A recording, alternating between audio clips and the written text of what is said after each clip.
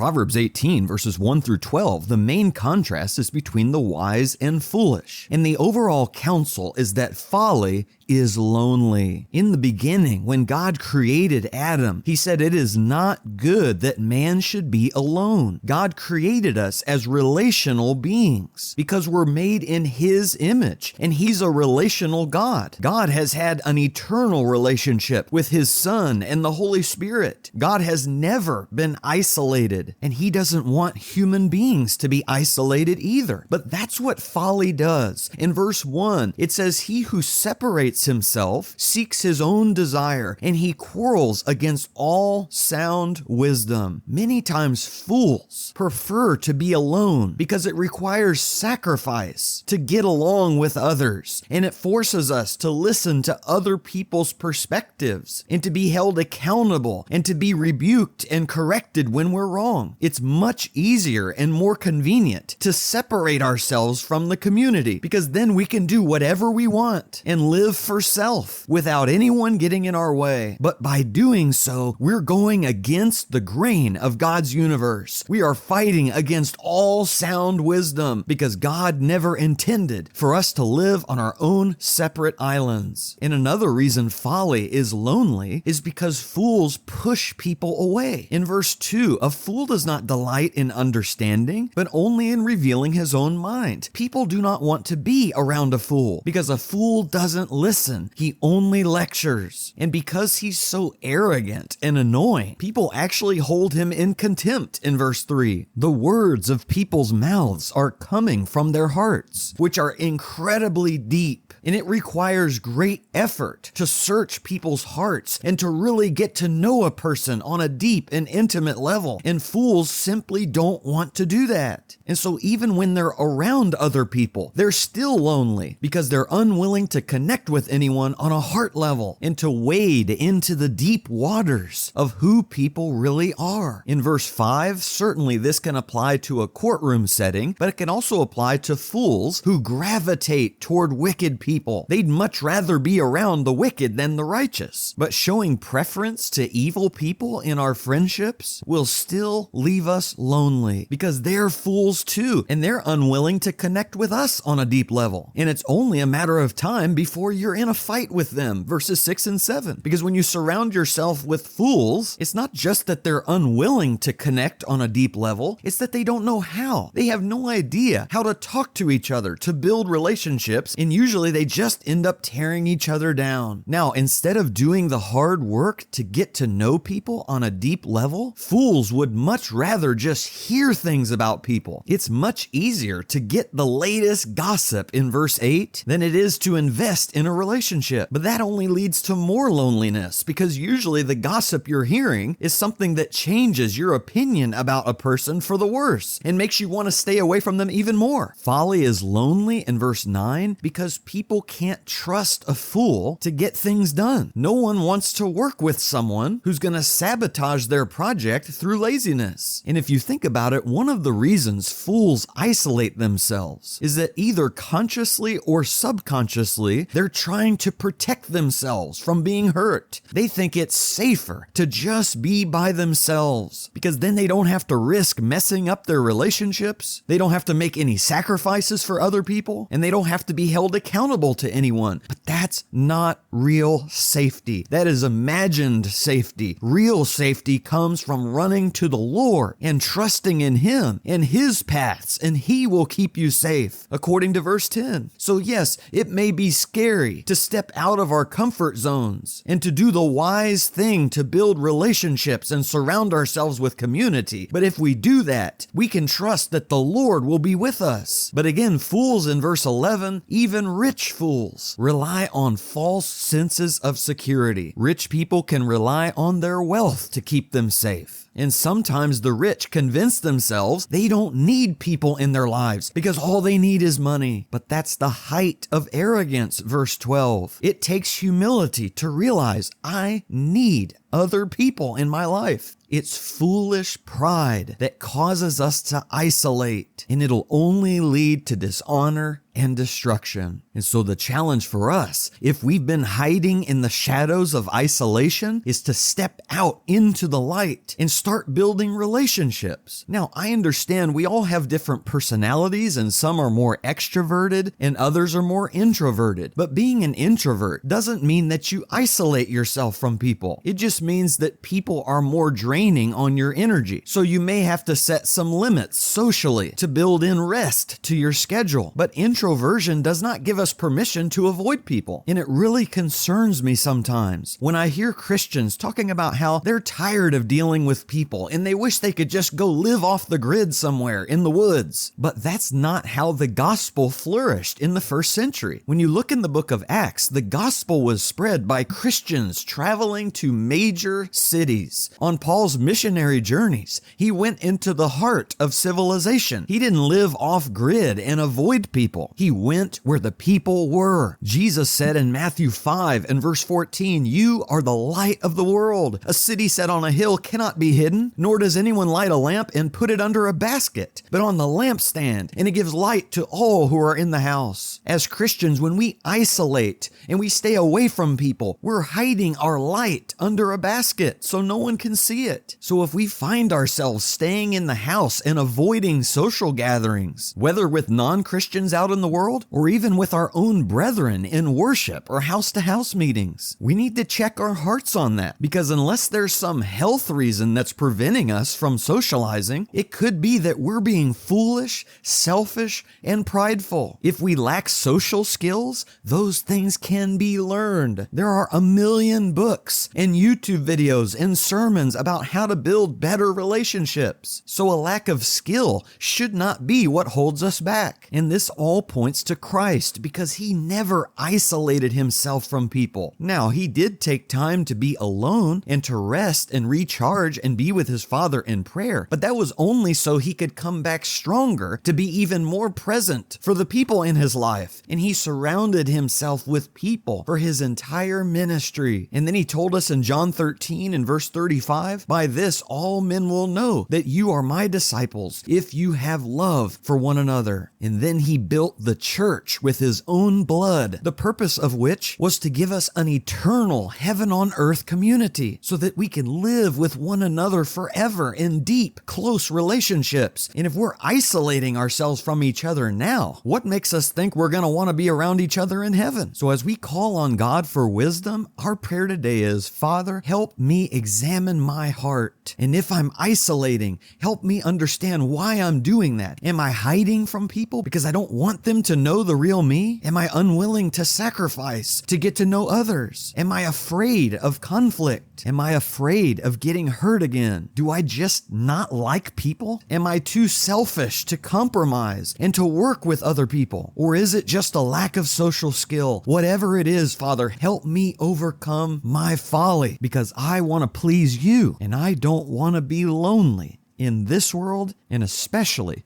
in the world to come."